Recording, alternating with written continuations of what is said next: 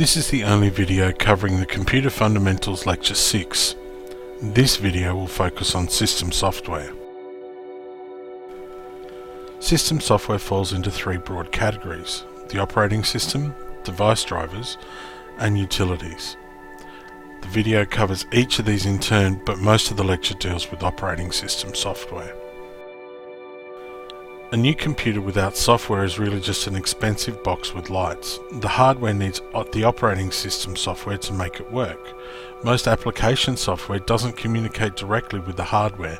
It needs the operating system to do that for it. There are three major players in the personal computer operating systems market: Windows, Mac OS, and Unix, and the most popular flavour of Unix for PCs is Linux. This is a graphical comparison of the three major players in the marketplace, and it outlines the perception of many users as to the strengths of each system. In the mobile operating system world, there are also three major players: iOS, Android, and Windows Mobile. Android dominates the market, but those who love their iPhones and the iOS operating system often staunchly defend what they believe is a superior product. As always, Microsoft attempted to gain a foothold in this market, but to date has not gained a particularly large market share. System software is the interface between the user and the computer hardware, and when an application is running, the system software becomes the interface between the application and the computer's hardware. The diagram shown in the lecture PowerPoint attempts to illustrate this. However, I believe this diagram illustrates it better. The reason I think this is a better diagram is because there are times when the user interacts with the operating system directly and times when they deal with an application, therefore dealing with the operating system indirectly. The main role of the operating system is to coordinate hardware operations and to do all the behind-the-scenes tasks for users. And there are 6 broad categories of tasks that an operating system performs. Processor management. Well, the operating system software controls access to and use of the CPU through the operating system software, and the way in which it divides the CPU time between running application allows our computers to multitask, that is, run more than one application at a time. Memory management. The operating system determines where in RAM data is stored, and to some extent what data is placed into cache memory. Device management. As the name suggests, the operating system software assists with communicating with the peripheral devices, that is, devices attached to the computer, things like a mouse, printer, keyboards, all manner of storage devices, speakers, monitors, etc. Storage management. The operating system stores the file in a physical location on a storage device, and when requested can either retrieve the file or display its virtual location to the user in a hierarchical file system that the user has created and the operating system manages. Many people are surprised to learn that there is no relationship between the physical location of a file on a storage device and its location in the seemingly well-ordered and structured file system that is displayed to the user. Application interface. The system software coordinates the processing of tasks for software applications like word processors and web browsers. It also provides a standard layout of dialog boxes and some menus for each application. It is unfortunate, but not all applications take advantage of the standard dialog boxes or menus. User interface. This is the part of the system software that controls the windows, icons and menus that enable the user to manage files and folders, including things like permissions and passwords. Each operating system allows the user to see some of the tasks that are running on the computer, but there are many more that run in the background. These are the processes that most users take for granted. In each operating system there's a utility that allows us to see what processes are running in the background. On a computer running Windows, it's the Task Manager, and that can be opened in a number of ways. The macOS Activity Monitor is opened by pressing Command Space and searching for Activity Monitor. These utilities allow us to see which processes are running, how much memory they are using, and how much CPU time is being dedicated to them. Now, applications designed for one operating system will not work on another. Despite this, software developers write different versions of the same application for each operating system. For example, Firefox and OpenOffice have macOS, Windows and Linux versions. Microsoft Office has a macOS and a Windows version, but no version for Linux. Now, this is true even for your phone operating system. The Facebook app has to be written for both the iOS and the Android operating systems. However, documents created by the same software on different operating systems generally can be opened by the parallel software on another operating system. For example, Microsoft Word documents can be opened on both Windows and macOS with relative ease, provided they're either the latest versions or versions of a similar generation.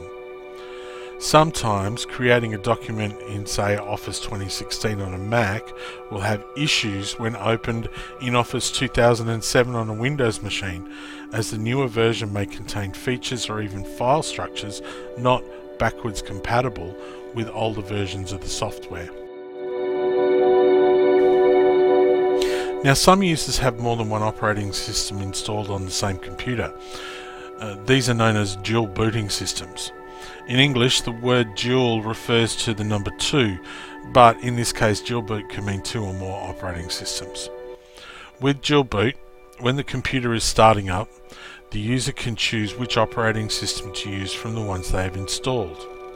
Now, dual boot systems don't have to be just Windows or Mac OS, but can even have the user choose from different versions of the same type of operating system, for example Windows 7 or Windows 10.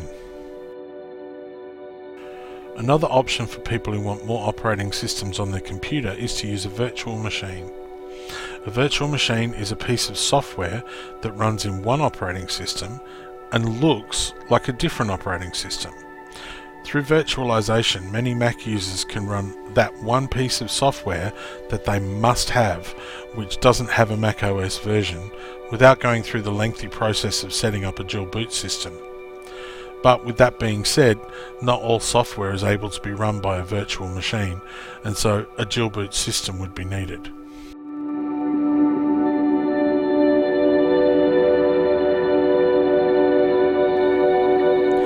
The operating system is stored on a storage device and is loaded into its RAM when the device is turned on.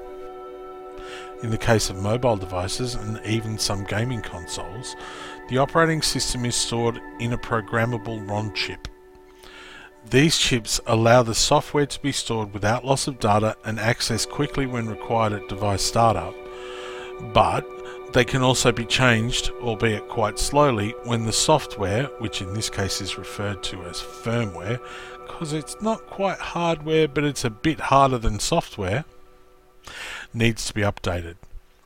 You've probably updated the firmware on your mobile phone or gaming console and know that this process can take quite some time.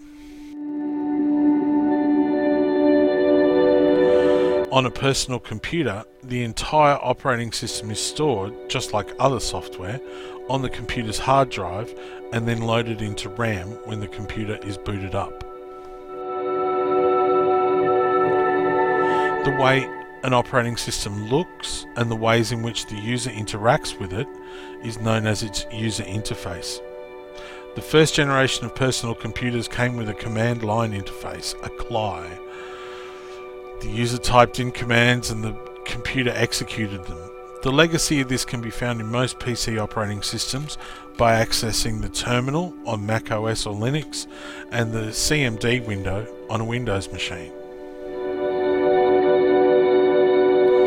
Now, while the first graphical user interface, or GUI as it's called, was developed in 1973, it took another 11 years until 1984 for Apple to release the first true WIMP, Windows Icons, Menus, Pointers interface. Earlier GUIs had some of these features, but Apple were the first to introduce pull-down menus, meaning the user could now control the operating system without touching the keyboard, except to name files. It took Microsoft about 18 months to release their first version of Windows, which had less functionality than its Apple rival, and also more restrictions on things like where you could place windows and how big they can be. It didn't even allow windows to overlap on the screen. A good history of the development of the GUI to what we know it today can be found by clicking on the link in the description below the video. With the rise of smartphones and tablets, a new type of operating system was needed, and it's known as an MPG interface, multi-touch, physics, gestures. The user interacts with the device by touching, moving, or gesturing with the device in various ways.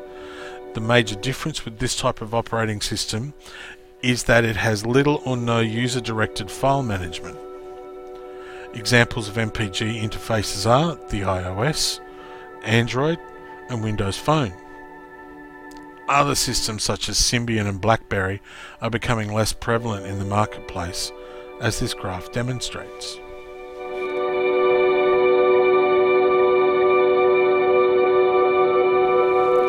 Device drivers are small applications that act like a translator between a hardware device and the operating system. Most devices these days are plug and play. That is, when they're plugged into a computer, they communicate with it using a generic driver, and then the correct driver for the device is found, either from the internet or a disk supplied with the device. Some devices still require the user to install the drivers before connection. Without device drivers, you cannot use all of the functions of a device added to the system, and maybe even not use the device at all. Utility software are applications that perform various tasks that help to maintain and manage a device. You are using utility software if you're maintaining a computer, for example, defragmenting the files on your drives, manipulating files, that is like renaming all the files in a folder with a single command, or a combination of both, something like partitioning your hard drive into 2 or more drives. But the most commonly used utilities are virus and spyware scanners.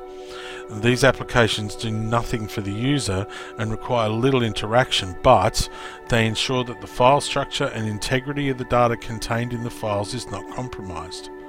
They also protect your data from external attack by people who want to steal your information.